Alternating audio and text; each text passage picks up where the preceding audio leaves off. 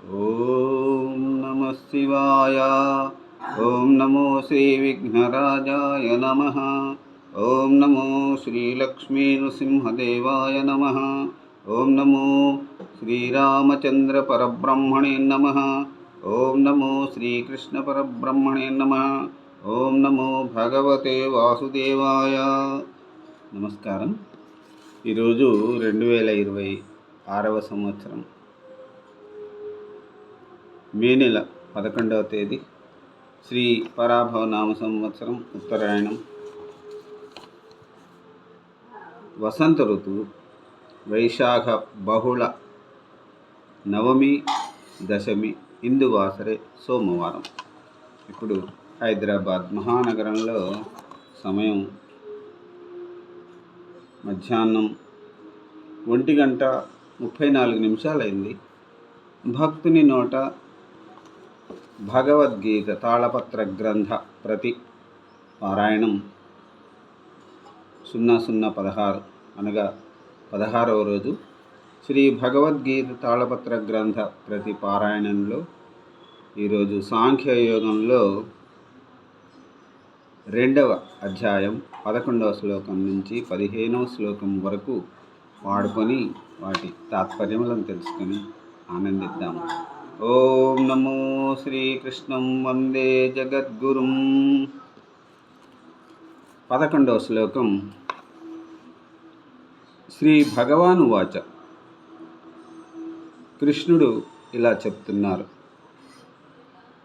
అశోచ్యానన్వశోచస్త్వం ప్రజ్ఞావాదాంశ్చ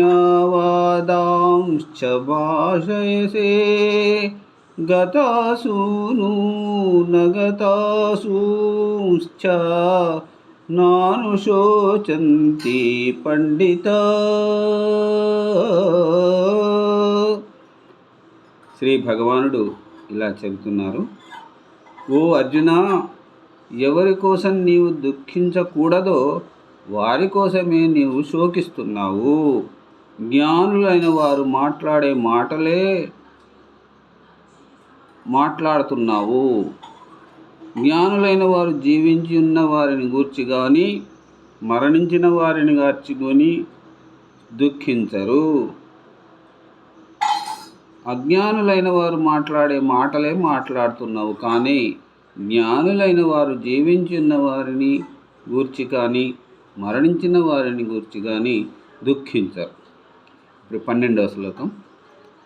నత్వేవాహం జాతునాసం నత్వం నేమే జనాధిప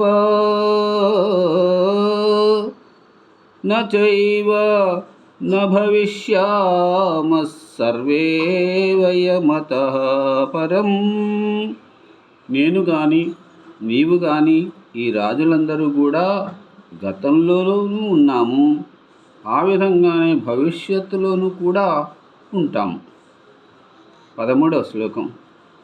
దేహినోస్మిన్ యథా దేహే కౌమారం యౌవనం జరా తథా దేహాంతర ప్రాప్తిర్ధీరస్తత్ర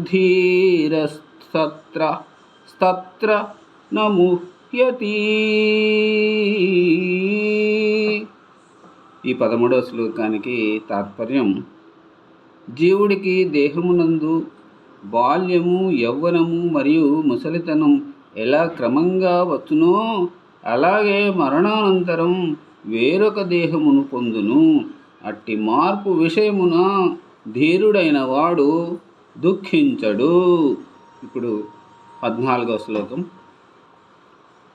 మాత్రాన్ పర్షాస్తు కౌంతేయ శీతోష్ణ సుఖ దుఃఖదా ఆగమాపాయినో నిత్యాస్తాం స్థితిదీక్షస్వ భారత.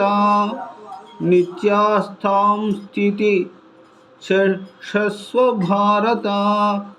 ఓ కుంతిపుత్రుడా, తాత్కాలికమైన సుఖ దుఃఖాలు వేసవి శీతాకాలముల వలె వచ్చిపోయేవే, శాశ్వతములు కావు. కావున ఇంద్రియానుభవము వలన కలుగు అటువంటి మార్పులకు కలత చెందక సహించుట నేర్చుకొనవలయును. ఈనాటి చివరి శ్లోకం 15వ శ్లోకం. యం హి నవ్యధాయంత్యేతే